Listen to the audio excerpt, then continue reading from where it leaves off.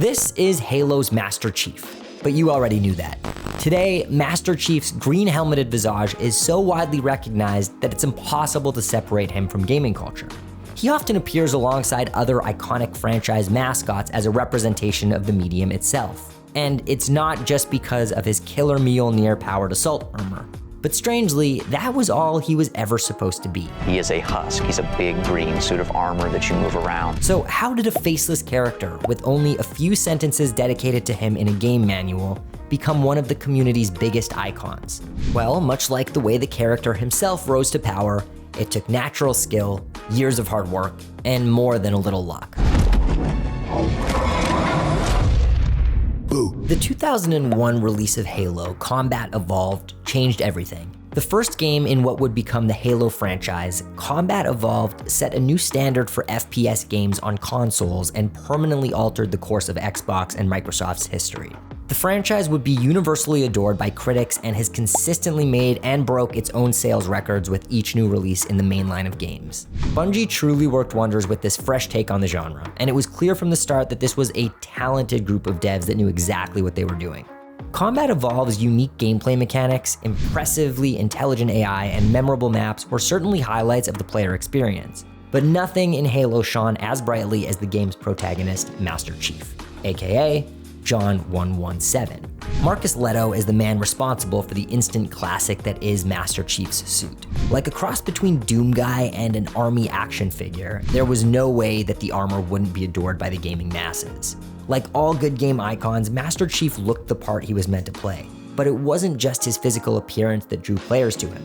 From his almost godly resurrection to the way grunts took off running at the very sight of him. Let's all do a big runaway! They can't catch all of us! Bungie told a story about Chief with very few voice lines, no face, and no real name. He was a highly decorated soldier in a galactic war, the last survivor of a military super soldier program, and a symbol of hope and protection for the entire human race. Essentially, he was an unstoppable badass with no equal.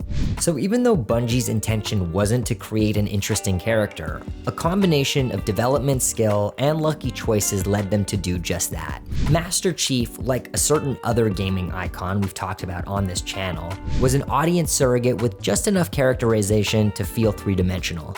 And he perfectly exemplified what Halo was about: futuristic military combat and winning at any cost, which made him fun to play as. But it wasn't just the fun factor that elevated Master Chief to icon status. The mysterious man behind the mask was as intriguing to players as he was awe-inspiring to NPCs. Thank God you're here. We've been lost out here for hours. After we lost contact with the rest of the mission, we headed for the RV point, and then these things, they ambushed us. From the jump, Bungie was hinting at there being some humanity to the Chief, and players wanted to know more. Of course, they could always read the supplemental novels, but let's be honest, most people were just waiting on more games. Luckily, due to the cultural, critical, and financial success of Combat Evolved, they didn't have to wait long. 2004's Halo 2 and 2007's Halo 3 were very similar to the first game in how they treated Master Chief. There was no character development, and there were no personal obstacles to overcome outside of those of the main plot. Shoot guns, kill aliens, and save humanity. Yet, with each new installment, Bungie pushed the boundaries just a little more. Master Chief was still a faceless man of few words, taking down his enemies with the skill you'd expect from a super soldier. But the more time players spent with him, the more apparent it became that he was actually a pretty tragic figure. Being a last-of-your-kind lone wolf is cool in concept, but it also makes you really lonely, and Master Chief was not above this. If that loneliness wasn't clear from his backstory as the only surviving soldier from the Spartan program, it was spelled out for us visually during plenty of cutscenes. In a sea of soldiers, he's the only one who hides his face. He's at least a head taller than most other human beings, and the bright green of his suit makes him stick out from the crowd, alienating him from the citizens he's supposed to be saving. But this is to be expected on some level. After all, you become something bigger than yourself when you're revered as a war hero. You become less of a person and more of an idea, more of a legend. Suddenly, that awesome armor isn't just a symbol of hope and protection, but one of solitude and sacrifice. In the first 3 games, this is mostly subtext. We don't get any sad monologues from the Chief about his hardships or an extended flashback full of expository dialogue from characters from his past. It's all told to us in a way video games do best, through visuals and interactivity. and it strengthened the gaming public's relationship to the character. He may still have been an audience surrogate, but beneath the titanium alloy shell, there was definitely something else there. It just hadn't been definitively called out. Some players liked this ambiguity, but others were still hungry for more. And because the Halo franchise continued to rake in unfathomable amounts of money, more was inevitable. The next few years would see spin-offs, prequels, remasters, and finally, in 2012, Halo 4. Developed by the completely unknown 343 Industries while Bungie was busy with the first Destiny, Halo 4 was certainly different. Fans remain divided on the gameplay, but the real focus here is on the story of Master Chief. Halo 4's campaign is about humanity. The Chief's humanity, but also the humanity of his AI counterpart Cortana. Through the eyes of her story, Master Chief gets to explore his past, present, and future. The ethics of the Spartan program are called into question in a way the games had never really done before, and Master Chief, the perfect soldier, chooses to essentially go AWOL to search for and attempt to save Cortana. It's a huge departure from the established, minimal characterization of the Chief, but it also feels like a natural escalation. It's artfully done, and 343 really deserves credit for taking on such a huge franchise and going out on a limb the way they did here.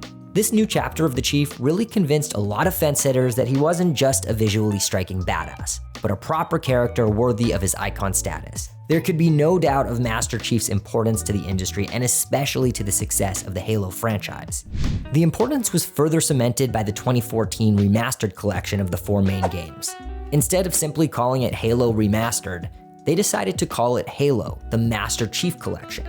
They were fully banking on the name recognition of their main character, even though it had never appeared in any other game titles before. Other franchises would take note and follow suit soon after, proving that Halo wasn't just a pioneer in development, but also marketing.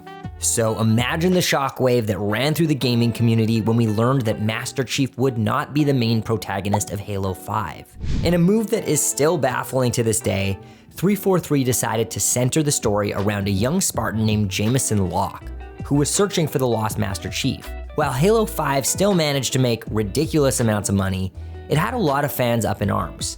Development director Frank O'Connor would later attempt to explain this decision, but while he didn't really provide a why, he did perfectly summarize the evolution of Master Chief in the Halo games. He told Games TM, "Chief we tend to think of as a kind of vessel for your adventure rather than necessarily this major character in the universe. But people have become attached to him over the last 15 years, and they've started to sort of fill in the gaps that the character deliberately has for gameplay reasons with a genuine emotional attachment. We certainly underestimated that with Halo 5. Now, ignoring the fact that 343 is directly responsible for filling in a lot of those character gaps themselves in Halo 4, this quote really says it all. Without Master Chief, Halo really isn't Halo, as much as the devs might protest otherwise. Because even though Master Chief might just be the most recognizable face in all of gaming nowadays, he wasn't created to be. Turns out, that's just what happens when you make a game that changes history. On the surface, it seemed like 343 learned from their mistake with Halo 5, but it didn't take long to discover the truth. 2021's Halo Infinite brought Master Chief back as the central protagonist of the campaign, yet the story is widely considered to be lackluster. It certainly doesn't feel like the Halo games of old. And today, the online multiplayer is practically dead. It seems that just like the Chief's in-game role as a war-ready symbol of hope, this industry icon has become more of an idea and a legend than anything tangible. If Halo continues its legacy as a pioneer and major influence on the industry, then we can only hope that other big franchises will see Halo's mistakes and avoid them. Hopefully, we won't see more series robbed of their main appeal, or revived in poor form with little to no understanding of what made people love them in the first place. But whether their mistakes change the tides of the industry or not, it doesn't change the current state of Halo. Though his likeness is still burned into the brains of several generations of gamers, it seems as though Master Chief is heading for retirement. Thankfully, we can always count on the Chief. When the world needs him most, we will wake him, and he will once again inspire millions.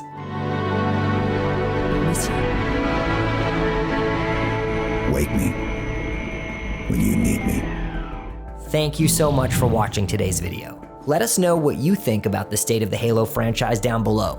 And if you like this video, be sure to subscribe to Nerdstalgic Gaming so you don't miss out on any of our new releases. And hit that thumbs up while you're there.